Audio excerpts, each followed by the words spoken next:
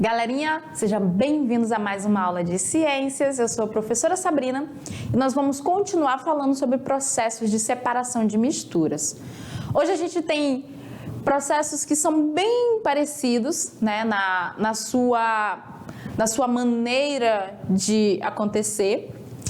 Porém, a diferença entre eles vai ser o interesse da pessoa, se ela vai querer todas as substâncias que estão envolvidas na mistura, e também porque uma dessas misturas ela vai ser formada por líquidos.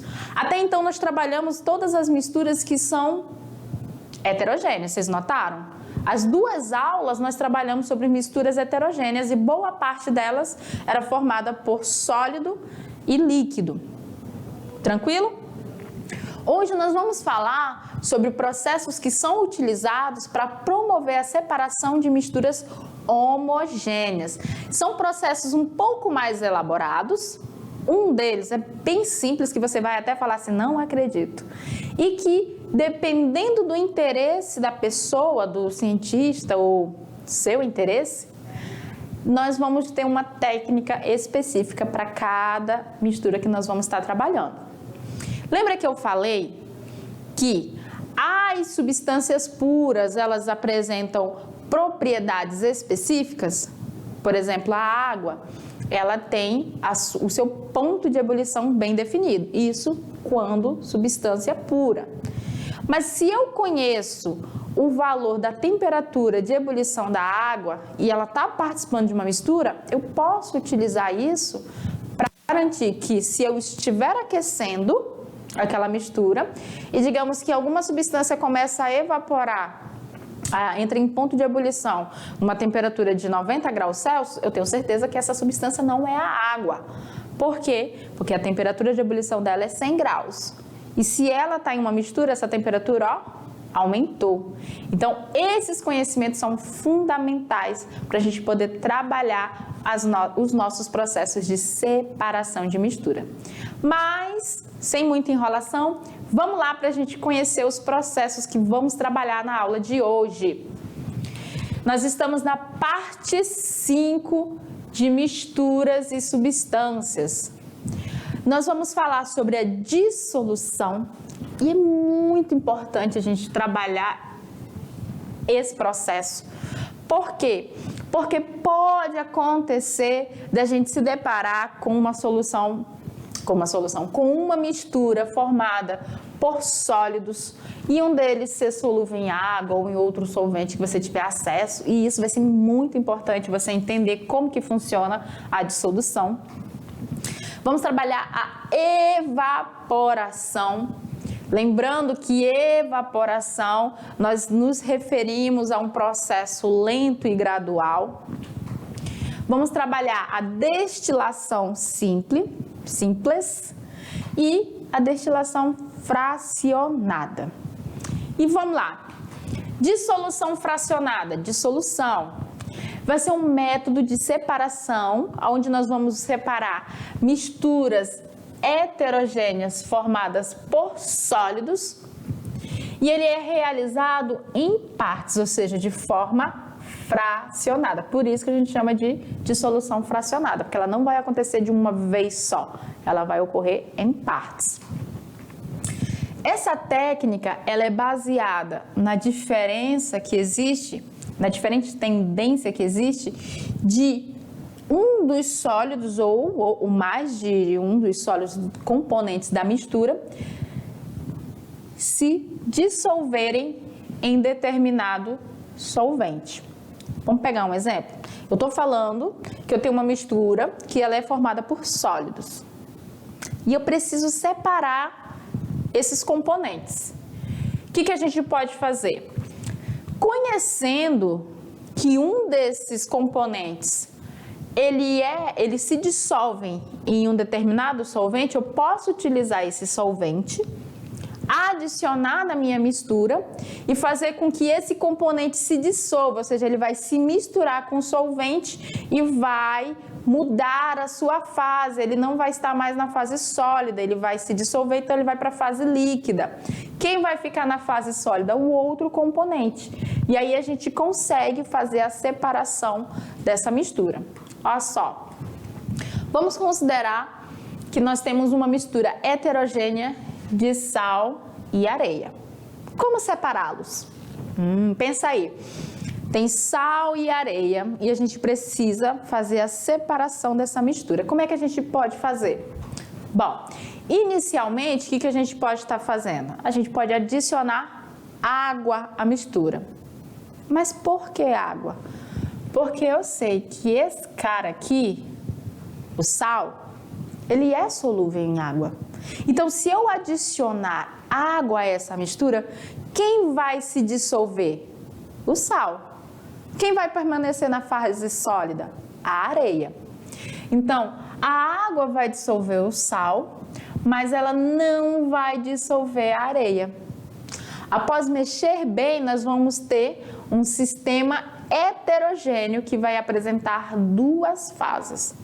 Uma delas é a fase da solução de sal e água, porque o sal vai estar dissolvido na água, e a outra fase é a areia, que não vai estar dissolvida. E aí, o que a gente pode fazer? Em seguida, a gente pode filtrar a nossa mistura. Então, olha só. A gente tem uma situação hipotética de início, onde nós temos lá a areia e o sal, né? Que nem aqui o exemplo mostra pra gente. Nós temos a areia e o sal. E eu quero fazer a separação desses componentes. O que a gente fez? Adicionou água, dissolveu o sal. E beleza. Mas agora eu preciso separar ainda assim esses componentes, porque tá ali, tá tudo misturado. Eu só dissolvi o sal, eu não fiz a separação até então. Então, se cair numa pergunta lá da prova sobre essa situação, uma situação semelhante, você falar que vai adicionar água, tranquilo. Tá de início, mas e aí? Você adicionar água, você ainda não fez a separação dos componentes. Aí vem essa segunda parte aqui, aonde a gente faz o quê? A filtração. Quando a gente filtra essa mistura, quem vai ficar retido no filtro? Quem é o resíduo que vai ficar lá? Vai ser a areia. O filtrado vai ser o sal e a água, porque eles vão estar numa solução. O sal não vai ficar retido no filtro. Então, ali eu separei a nossa areia. Se eu queria só a areia, beleza, consegui. Mas e se eu queria o sal? E agora?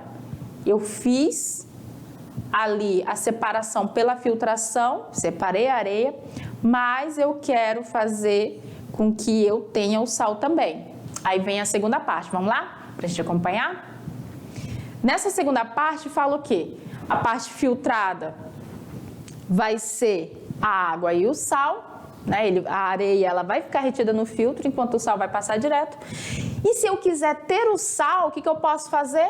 Eu posso aquecer essa mistura que é o filtrado, fazendo com que a minha água seja eliminada. Pode ser por evaporação, processo lento e gradual, ou pela ebulição, que aí você aquece, ferve aquela água e ela evapora. E vai restar quem? O sal. Aí você pode até falar assim, não, professora, mas se eu colocar essa mistura para ferver, o sal vai evaporar junto. Não vai. Quer um teste? Quando a sua mãe estiver cozinhando, que ela apagar a panela, digamos, do arroz, você vai fazer o seguinte. Como é que ela faz o arroz? A não ser que aí tenha gente que tem a pressão alta, normalmente, a mãe da gente, que a minha, ela faz um arroz maravilhoso, faz o quê? Ela vai botar lá um óleozinho, um alho, o arroz e o quê? Sal, certo? Vai ferver, vai tampar e quando ela terminar, ela vai apagar e vai ficar tampado normalmente. Quando a gente tira a tampa, o que tem na tampa? O vapor, né? A água tá lá toda condensada. Aquela água tá salgada? Não, ela não vai estar salgada. Por quê? Porque somente a água vai evaporar. O sal vai permanecer lá no nosso arroz. Então, se o sal não evapora junto com a água quando ela está fervendo, e eu tenho uma mistura de sal e água, se eu ferver aquela água, ela vai evaporar toda e eu vou obter quem? O sal. Outro exemplo interessante, se você pegar o sal normal, misturar com um pouquinho d'água, nem precisa ser muito, tá, galerinha? Para não demorar. E deixar sobre uma superfície ao ar livre. Aquela água ela vai evaporar gradualmente, vai demorar, a evaporação demora. E vai ficar um resíduo branco, né? Ele não vai ficar o salzinho soltinho, cristalino que a gente conhece, porque ele foi dissolvido, mas vai ficar um resíduo branco. Esse resíduo branco é o sal. A temperatura de ebulição da substância cloreto de sódio, ela é muito maior do que a temperatura de ebulição da substância água. Por isso que quando a gente vai fazer processo de separação de misturas e a gente conhece a ebulição dos componentes, a gente consegue fazer essa separação evaporando um deles sem que o outro evapore. Lógico, no laboratório a gente faz o uso do termômetro, né? Que quando a temperatura já está muito elevada, chegando próxima à temperatura da outra substância, aí a gente já vai diminuindo, para não ocorrer delas evaporarem juntos. Mas, nesse caso aqui, onde a gente tinha sal e areia, dissolve o sal, adicionando o solvente, que é a água, filtra, retiro a areia, evaporo a água e obtenho somente o sal, e aí eu fiz todo o meu processo de separação de mistura para essa situação hipotética. Tranquilo? Então vamos lá que a gente tem mais coisa para ver pela frente. Então aqui a gente viu a dissolução, como que ela funciona. Nesse caso a gente tem que prestar atenção. Só dissolver o sal não resolveu a situação.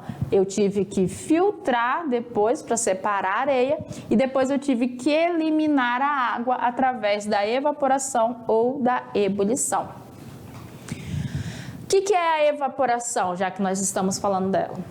A evaporação ela é um processo de separação de misturas semelhante à destilação simples, que nós vamos ver, calma.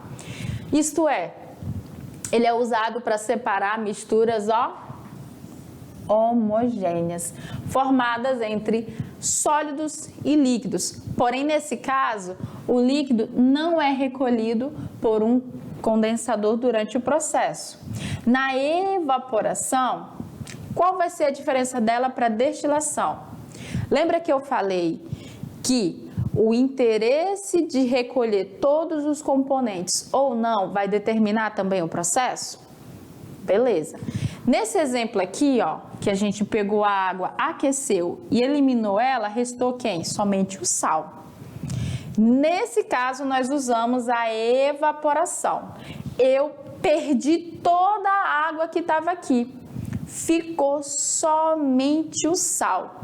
Então, se eu quero somente recuperar o sólido que está dissolvido no líquido e o líquido não me interessa, posso usar tranquilamente a evaporação, tá?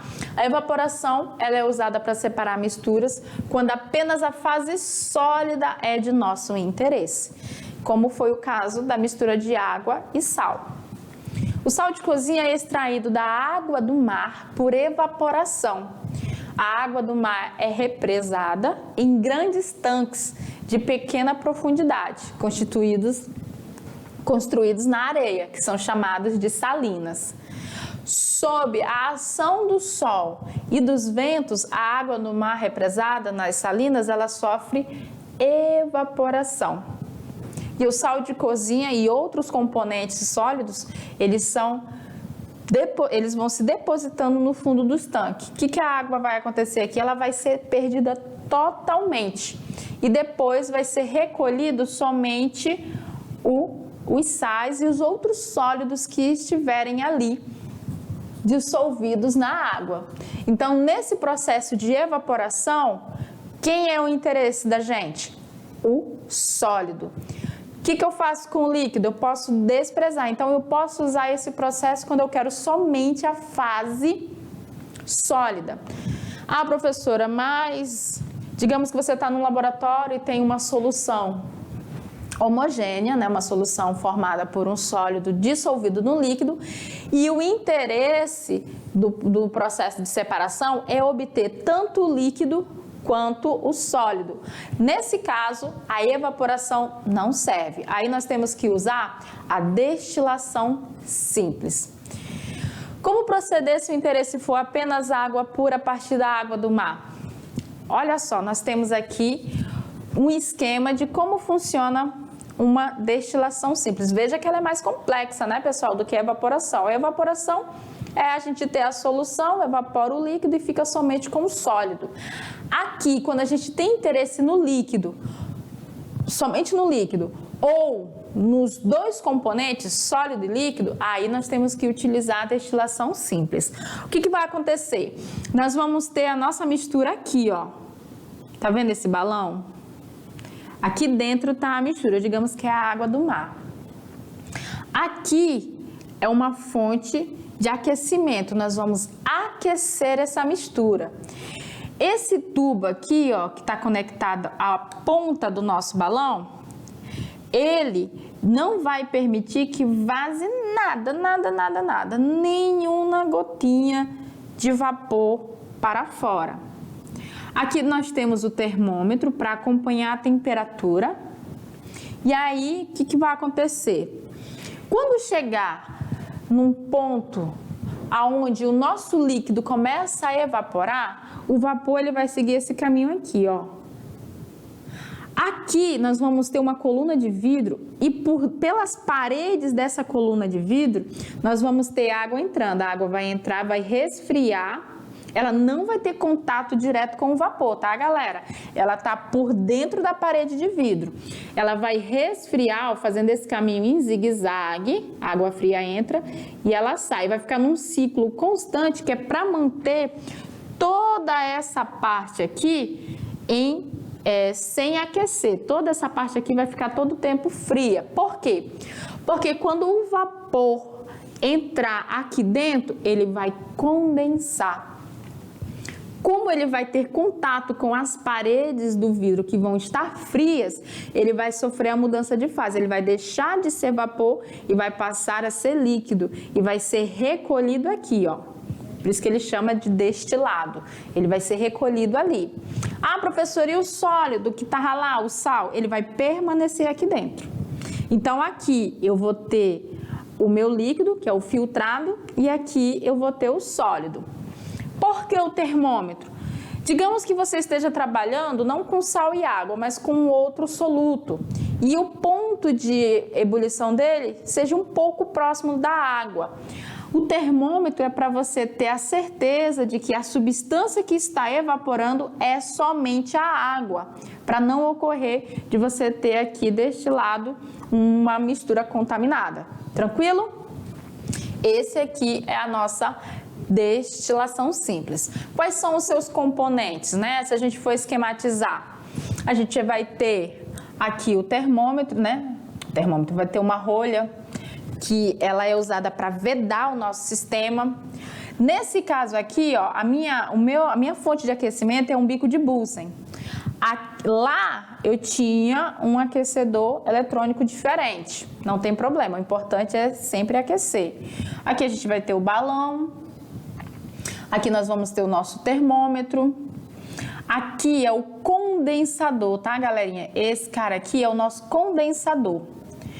Eu vou ter a entrada de água fria, a saída de água quente. Aqui a gente tem o Erlenmeyer e esse aqui é um conector que é somente para permitir que o nosso destilado caia certinho, sem ter contato com o meio. Cai aqui no nosso Erlenmeyer.